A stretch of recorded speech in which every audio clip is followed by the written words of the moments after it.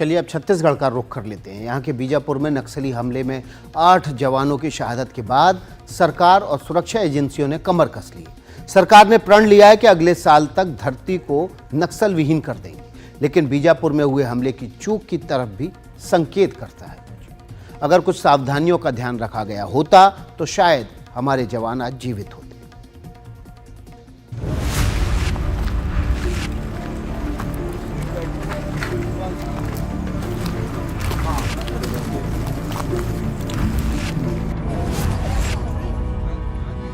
बीजापुर में सोमवार को शहीद जवान सुदर्शन का शव जब आज उनके गांव पहुंचा तो दर्द को बेइंतहा बढ़ा देने वाली तस्वीरें दिखी।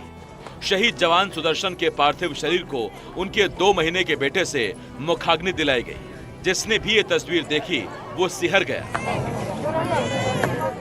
यकीनन ये तस्वीर देश ने नक्सलियों के खात्मे का जो प्रण लिया है उसके लिए सुरक्षा बलों की इच्छा शक्ति को और मजबूत करेगी। लेकिन सवाल है कि नक्सली सफाया कब तक होगा।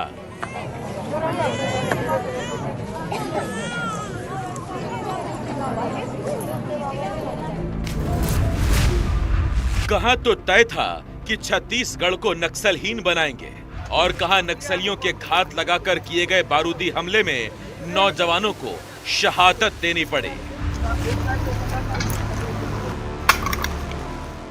बीजापुर में बेदरे कुटरू मार्ग पर अंबेली गांव में हुए नक्सली हमले में शहादत देने वाले जाबाज हैं बुधराम कोरसा, पिता श्री पांडु कोरसा, जिला बीजापुर छत्तीसगढ़, सोमड़ू वेट्टी, पिता श्री सन्नू वेट्टी, जिला दंतेवाड़ा छत्तीसगढ़, सुदर्शन वेट्टी, पिता श्री आशाराम, जिला दंतेवाड़ा छत्तीसगढ़, सुबरनाथ यादव, पिता श्री श्रीधर यादव, जिला दंतेवाड़ा छत्तीसगढ़, हरीश कोर्राम, पिता गोंडू, जिला दंतेवाड़ा छत्तीसगढ़, डुम्मा मरकाम, पिता श्री आयतू मरकाम, जिला दंतेवाड़ा छत्तीसगढ़, पंडरू राम पोयाम, पिता स्वर्गीय श्री जोगा पोयाम, जिला दंतेवाड़ा छत्तीसगढ़, बामन सोढ़ी, पिता स्वर्गीय श्री हड़मा सोढ़ी, जिला बीजापुर छत्तीसगढ़ और वाहन चालक तुलेश्वर राणा, जिला जगदलपुर छत्तीसगढ़।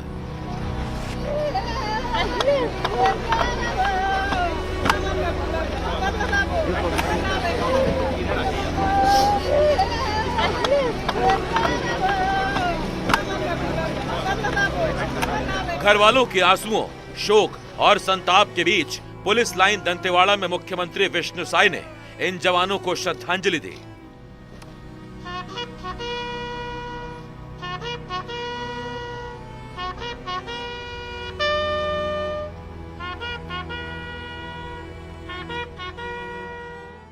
नक्सली बौखलाहट में हैं और बौखलाहट में ये कायराना हरकत किए हैं और कल दिनांक 6 जनवरी को हमारे डीआरजी और बस्तर फाइटर्स के 8 जवान आईडी ब्लास्ट में शहीद हो गए। मैं उन सभी अमर शहीदों को विनम्र श्रद्धांजलि अर्पित करता हूं।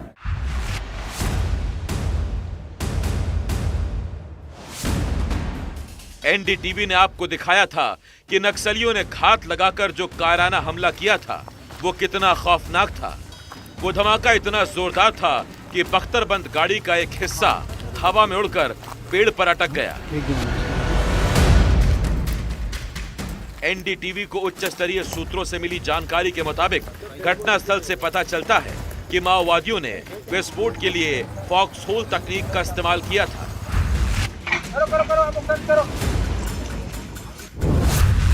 इस तकनीक में माओवादी पहले सड़कों पर बड़े गड्ढे खोदते हैं, फिर इन गड्ढों को पत्थरों से भर देते हैं।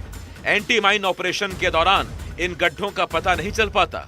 जब माओवादी किसी धमाके को अंजाम देने वाले होते हैं तो वो इन गड्ढों में विस्फोटक यानी आईईडी भर देते हैं और ऊपर से उन्हें पत्तों से ढक दिया जाता है। जब सुरक्षा बलों की गाड़ियां इन गड्ढों के ऊपर से गुजरती हैं तो धमाके की चपेट में आ जाती हैं।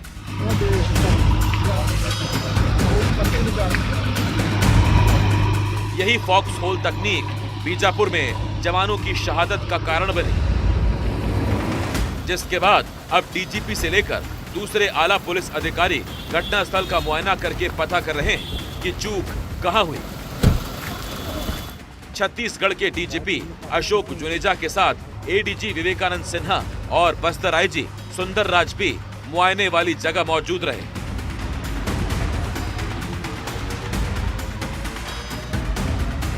एसओपी की बात अगर करें तो आप जैसा बीजापुर की हम बात करें या फिर इन क्षेत्रों की बात करें तो एसओपी का कोई बहुत सारे स्तर के एसओपीज होते हैं और यहाँ जो एक एसओपी होता है उसका तो पालन हुआ था, लेकिन लगातार उनके टैक्टिक्स में भी चेंज होता है, नक्सलियों के टैक्टिक्स में भी चेंज होता है, तो उसकी वजह से हमें ये झेलनी पड़ी है। सर, भागे हुए नक्सलियों को पकड़ने के लिए क्या ऑपरेशन और भी लॉन्च किया जाएगा सर? ये लगातार हम ऑपरेशन कर रहे हैं और हम ऑपरेशन और भी लॉन्च करेंगे। जो भी लोग इनके पीछे इन्वॉल्व हैं उनको हम जल्द से जल्द पकड़ेंगे। केंद्रीय गृह मंत्री अमित शाह ने कहा था कि मार्च 2026 तक छत्तीसगढ़ को नक्सल मुक्त कर दिया जाएगा, लेकिन बीजापुर नक्सल हमले के बाद सवाल उठता है कि इतनी बड़ी खुफिया नाकामी कैसे हुई। सुरक्षा के लिए जरूरी मानकों यानी एसओपी की अनदेखी क्यों की गई? एसओपी के मुताबिक उन्हें बुलेट प्रूफ व्हीकल मिलना चाहिए था, फिर सामान्य गाड़ी से इन्हें क्यों वापस लाया जा रहा था? सूत्रों ने यह भी कहा कि डीआरजी के जवान आमतौर पर पैदल या बाइक से चलते हैं, फिर एसओपी की अनदेखी क्यों की गई? इन सवालों का जवाब अभी सुरक्षा एजेंसियों के बड़े अधिकारियों के पास नहीं है। ये बहुत विभत्स घटना है और एक बार फिर से माओवादियों ने अपनी उपस्थिति और एक मैसेज देने की कोशिश की है माओवादियों ने, क्योंकि 31 मार्च 2026 तक ये समाप्त होने का दावा है और सफल हैं भी जवान। 2024 में बहुत बड़े बड़े आंकड़े हैं जवानों के पास में सफलता के, लेकिन इस तरह की जो घटनाएं हैं वो मुझे लगता है कि मैसेज के साथ जवानों के मनोबल को तोड़ने के लिए माओवादी इस तरह की घटनाओं को भी अंजाम देते हैं। अबूझमाड़ में नक्सलियों के खात्मे के लिए ऑपरेशन चलाकर ही ये जवान लौट रहे थे, लेकिन इनकी शहादत के बाद अब ये जरूरत महसूस होने लगी है कि नक्सलियों के संपूर्ण सफाई के लिए आर पार की लड़ाई लड़ी जाए। बीजापुर में घटनास्थल से विकास तिवारी की रिपोर्ट, एनडीटीवी इंडिया के लिए।